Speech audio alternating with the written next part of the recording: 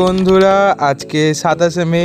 আজকে ওই নতুন ঘূর্ণিঝড় আসার কথা হচ্ছিল, আর ঘুম থেকে উঠেই আমি বাইরে চলে আসি বৃষ্টিতে ভেজার জন্য।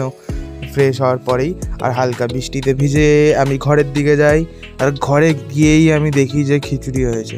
আর এরকম বৃষ্টির ওয়েদারে খিচুড়ি মানে তো জানোই কতটা শকিং ব্যাপার। আর দেখে আমি সত্যি খুশি হয়ে গেছিলাম আর শক্ত হয়ে গেছিলাম, যেহেতু লেট করে উঠেছিলাম তো জানতাম না।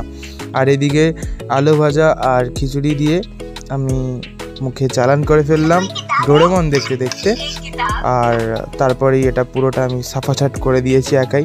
তারপরেই আমি বেরিয়ে যাই বিকেলবেলা দেখতে যে পরিস্থিতি কীরকম, কিন্তু এখানে এসে দেখি যে পুরো জল হয়ে গেছে।